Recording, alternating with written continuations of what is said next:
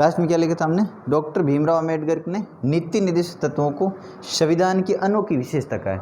यानी जो आपकी नीति निर्देशक तत्व है वो संविधान की क्या है, अनोखी विशेषता है।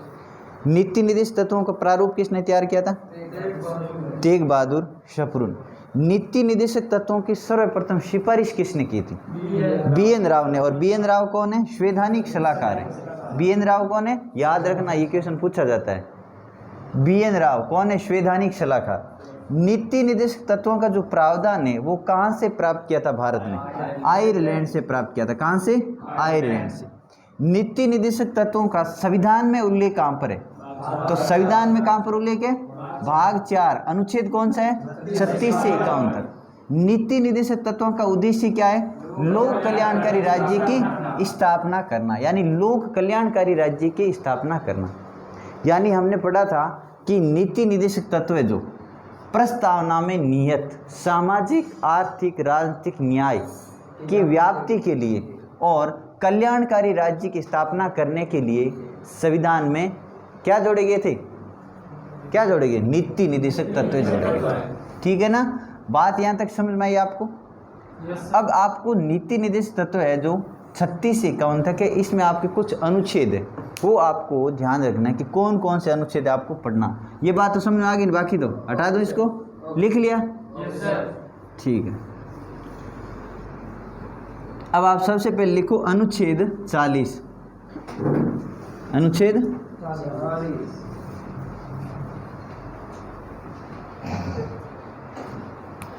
लिखो, अनुच्छेद लिखो, इसमें लिखो, इसमें ग्राम पंचायतों का गठन करना, ग्राम पंचायतों का गठन करना। यानी उद्देश्य था किसका, गांधी जी का। गांधी जी का एक सपना था कि भारत देश है वो गांवों में बसे। तो एक क्वेश्चन भी पूछा जाता है कि गांधी जी के सपनों से संबंधित या कौन सा अनुच्छेद है, तो अनुच्छेद 40 है, जिसमें किसका उल्लेख है, ग्राम पंचायतों का गठन करना, ग्राम पंचायतों का गठन करना। अनुच्छेद 40 याद रखना। उसके बाद में एक अनुच्छेद आप याद रखोगे, कौन सा अनुच्छेद याद रखोगे आप, 44। अनुच्छेद 44 में किसका उल्लेख है, समान नागरिक संहिता का उल्लेख है। किसका है, समान नागरिकता का, समान नागरिक संहिता, समान नागरिक संहिता का। और वर्तमान में भारत के कौन से राज्य में समान नागरिक संहिता, गोवा में। ठीक है, अनुच्छेद 44 में किसका उल्लेख है, समान नागरिक संहिता का उल्लेख। लिख लो, समान नागरिक संहिता।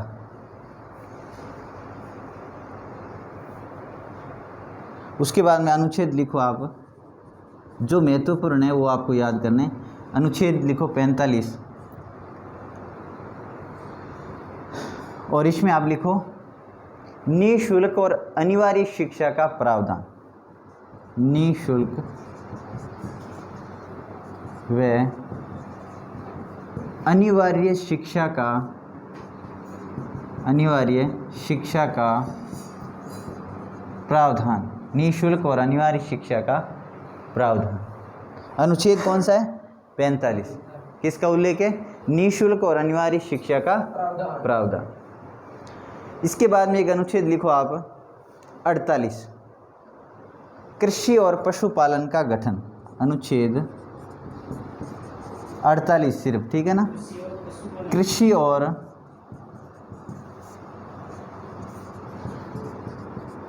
पशुपालन का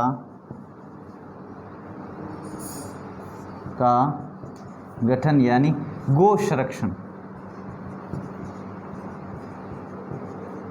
गो संरक्षण व गो प्रबंध। कौन सा अनुच्छेद है, अनुच्छेद 48 में कृषि व पशुपालन का गठन, यानी गो संरक्षण व गोवध निषेध। अनुच्छेद 48। इसके बाद में एक अनुच्छेद लिखो, अनुच्छेद 50, जिसमें कार्यपालिका और न्यायपालिका का पृथक्करण। अनुच्छेद 50, कार्यपालिका व न्यायपालिका का पृथक्करण, कार्यपालिका व न्यायपालिका का पृथक्करण। अनुच्छेद 50 में क्या है? कार्यपालिका व न्यायपालिका का पृथक्करण।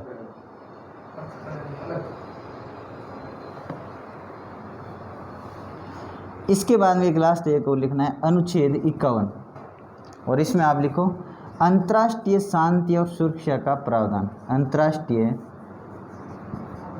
शांति व सुरक्षा का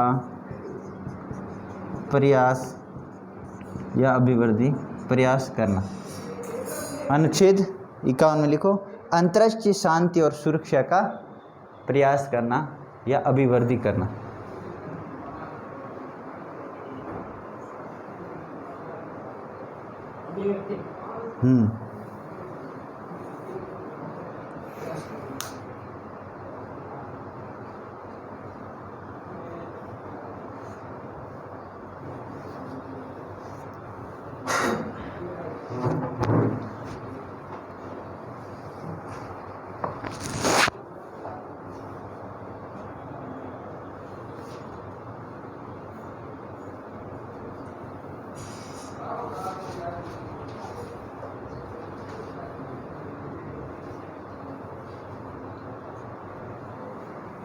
याद हो जाएगा ना। अनुच्छेद 40 इसमें ग्राम पंचायतों के गठन का प्रावधान है।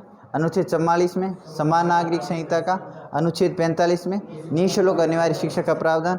अनुच्छेद 48 में कृषि और पशुपालन का गठन। अनुच्छेद 50 में कार्यपालिका और न्यायपालिका का प्रदान। और अनुच्छेद 51 में अंतर्राष्ट्रीय शांति और सुरक्षा। और अगला हम टॉपिक पढ़ेंगे अनुच्छेद 51 के, अनुच्छेद 51 के और भाग 4 के। और इसके अंदर हम क्या पढ़ेंगे? मूल कर्तव्य पढ़ेंगे। क्या पढ़ेंगे? मूल कर्तव्य। ये हमारा अगला टॉपिक रहेगा। देखो आपको इतने अनुच्छेद लिखाने की मुझे ज़रूरत नहीं है, फिर भी मैं आपको लिखा रहा हूँ। इसलिए लिखा रहा हूँ कि आपको कुछ न कुछ इसमें से याद रहेगा। और आजकल क्या है, क्वेश्चन आगे से आगे इस तरह क्वेश्चन का बढ़ रहा है। तो आपको मान लो थोड़ा बेसिक अगर नॉलेज है आपको, तो आप इस चीज़ को क्लियर कर सकते हो। इसमें से मान लो आपसे पूछ ले, मान लो आजकल अनुच्छेद 40 है, जैसे मान लो 51 है, इनसे बारे में क्वेश्चन पूछा भी जाता है, क्योंकि ये राजस्थान पुलिस में 40 और 51 कई बार क्वेश्चन पूछ चुके हैं। बाकी तो ये थोड़े ऊपर लेवल के, जैसे सेकेंड ग्रेड में ये क्वेश्चन पूछा हुआ है 48 वाला, ये RS प्री में पूछा हुआ है, ठीक है ना। तो क्वेश्चन का लेवल, जब एक क्वेश्चन एक बार आ जाता है ना, तो उसके बाद में वो घूम फिर के कहीं न कहीं उस दूसरे एग्जाम में वापस आ सकता है। इसलिए क्या कि हम थोड़ा स्तर लेके चल रहे हैं, थोड़ा स्तर को क्या कर रहे हैं, बढ़ा रहे हैं। तो आप जब चीज़ को थोड़ा बढ़ा के पढ़ोगे ना, तो अपने आप आपका दिमाग भी क्या होगा, दिमाग की बत्तियाँ खुलेगी तो आप कुछ न कुछ चीज़ याद रहेगी। ठीक है, तो यहाँ तक बात आपको क्लियर है एकदम। नीति निर्देशक तत्व हमने पढ़ लिए। संविधान में इनका प्रावधान कहाँ पर है? संविधान के भाग 4 अनुच्छेद 36-51 तक कहाँ से प्राप्त किए थे? आयरलैंड से प्राप्त किए थे। प्रारूप किसने बनाया था? तेग बहादुर सप्रू ने। इसकी सिफारिश किसने की थी? BN राव। BN राव कौन था? संवैधानिक सलाहकार था। क्लियर है बात एकदम। उसके बाद में ये तो याद आपको करना ही है। उद्देश्य क्या है? लोक कल्याणकारी राज्य की स्थापना करना। ठीक है, अगली क्लास में हम क्या पढ़ेंगे? मूल कर्तव्य पढ़ेंगे। आपके जो मूल कर्तव्य है, वर्तमान में कितने? 11 मूल कर्तव्य, ठीक है ना, उनको हम पढ़ेंगे। तो यहाँ तक बात क्लियर एकदम सभी को? ठीक है, ओके फिर, है ना। जय हिंद।